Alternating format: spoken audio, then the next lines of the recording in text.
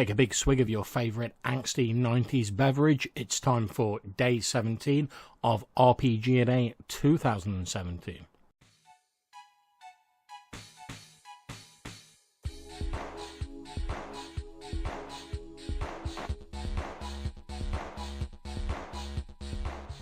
The question for day 17 is, which RPG have you owned the longest but not played?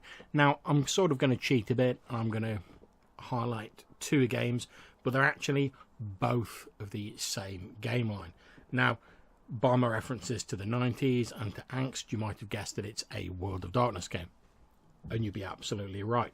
In fact, it's not Vampire, it's not Werewolf, it's this game, Rafe the Oblivion. Now, I can't remember exactly how long I've owned this, but it was back in the days before I had a video camera, before I had wireless, when I was making do with like poor modem speed. I think it was before I was married, so that's at least sort of 10 plus years ago. And I remember seeing it and first of all being captivated by this incredible cool textural cover. I mean, look at it. You can see the wrought ironwork of Stygia, the City of the Dead on there. It looks dark, it looks foreboding, but it also looks as though it contains a mystery, and it has this like little sort of strange lock here. And I found that very intriguing and picked it up. Now, as someone who's a big fan of ghost stories, the idea of being able to play the ghost effectively in a game was a very intriguing one for me. And I love the fact that in Wraith, your power almost depends on the passions of your character. So the more passionate about something you are, the more ability you have to influence it. The more ability you have to influence the Skinlands, or the material world as it's known, from the depths of the Shadowlands or the underworld. And I thought that was a very interesting concept. It was a little abstract, and I've got to admit, I sort of struggled with it a bit initially when reading it. But there was also the concept of shadows in this book. Now, the shadow is effectively the darker part of your character, made sort of manifest and almost given a separate consciousness. And one of the innovative things I liked in this game was that it suggested you actually have one of the other players portray your shadows.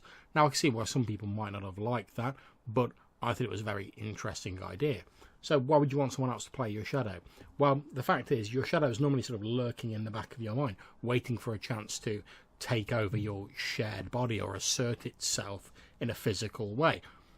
Now, you might think, well, why would you let it do that? Well, the shadow, as the sort of like untempered id, is a source of great power. However, rather like fire is a great thing, we can cook with it, we can use it for a great many constructive things. If it gets out of control, it can be horrendously destructive. And the same is true of the shadow. At first, you might find yourself in a tight scrape, and it maybe offers you a little bit of power here and there. You take it going, what's the harm? I'm still in control. But gradually, you come to rely on it a little more. And as you start down that goodly intentioned road, you eventually will find yourself at the bottom of a very, very deep hole. And the only way to get out of it is to give in to your shadow, who stands there grinning maniacally with the ranks of Nephrax and other spectres or wraiths that have given in to their darker sides, standing behind him, while you're stood on this precipice, just staring over into oblivion, the force that threatens to pull all wraiths down into tortured madness and eventual dissolution. So, as you might tell by that ramble, I'm a big fan of this game. Unfortunately, it's never really a game I've got to run. Like I say, I'm not the biggest fan anymore of the World of Darkness system, but I think the background in this game is particularly spectacular, and I think it almost creates its own world separate from the rest of the World of Darkness, where they try to like cram all of the different games in, which, in my opinion, was a bit of a mistake. If you don't agree with me, that's absolutely fine. But I really think Wraith did stand well on its own. And they even did a sort of a slightly updated and tweaked version called Orpheus later on, which I have. It's up there somewhere. And that was effectively sort of Wraith does Ghostbusters. Also very entertaining. It was a sort of flatliners sort of cross, you know, where you play people went into these cryo tubes and temporarily became ghosts, or you played ghosts who teamed up with them. Also very entertaining and drew a lot on the Wraith lore. So you might wonder whether that's going to be the second book I was talking about, but it actually isn't. The second book I was talking about is this one, Rafe the Great War. And as you might expect, given the title, this is a book that deals with the aftermath of the First World War. Now you might say, why does it deal with the aftermath rather than dealing with the actual war itself? Well, when someone dies in the Wraith setting, effectively they appear in this call. Their spiritual sort of embryo appears in the underworld, and depending on how they've died, they bear a mark which identifies them as belonging to a certain Death Lord. The Death Lords being the rulers of the underworld, huge, impossibly powerful spirits who may or may not have actually been real people once upon a time.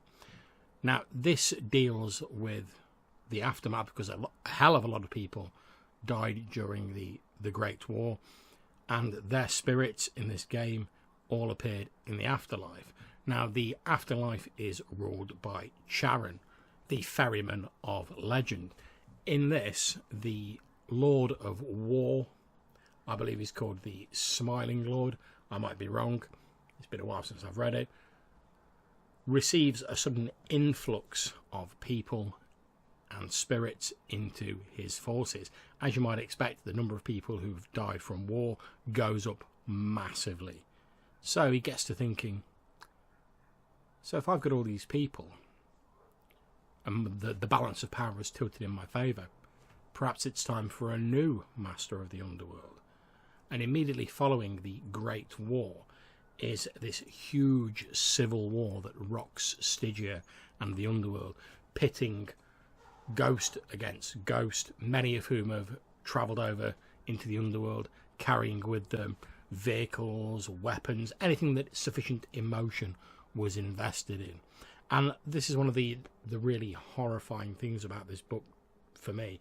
And it is a horror book after all, even though it treats the Great War with a great deal of respect. It doesn't try and sensationalise it or make it other than a terrible tragedy. The real horror of it for me is a lot of these people died during the war in this game, and they immediately are thrown into a second war, a war which they don't really understand, and yet again they're being manipulated by people far removed from the ground level carnage that's going on. So those are my two choices. It's Wraith and Wraith the Great War. Now, I've often heard people say that Wraith is an incredibly difficult game to run. Now, I've read it a few times. I don't see what the big difficulty is myself, although I do think there is an emphasis on creating more complete characters than perhaps there is in something like Vampire. And if you like Vampire, that's fine. I'm not dissing it in any way. But in Wraith, because you're clinging to your past, your passions, to keep yourself in the afterlife and allow you to influence the Skinlands, it's really important that you have a character who has a background and a story. After all, that's what your character is. It's a story held together by a collection of conflicting passions that are so strong that they allow you to briefly defy the natural order of the universe. So I can see why some people wouldn't like that, because let's face it, if you're playing Vampire or Werewolf or something, you might not create an amazing character, but if you've got like a clan or a tribe or whatever, you can bluff your way through it. You'll be absolutely fine. Whereas in Wraith, the emphasis is far more on having that background, having those passions. And I think it would be very draining, but very enjoyable to actually play this game, because you'd have to invest a lot of emotions in it, which works brilliantly because the characters are full of emotion. That's what drives them, whether it's going back to save a loved one, whether it's avenging a wrong done to you. It's all about the passion of the game. So I hope if you've enjoyed this video, you consider clicking on like and subscribe.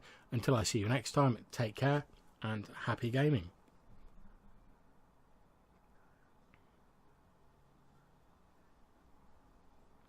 And we hope you've enjoyed this video. You'll check out the others on Red Dice Diaries. Take care.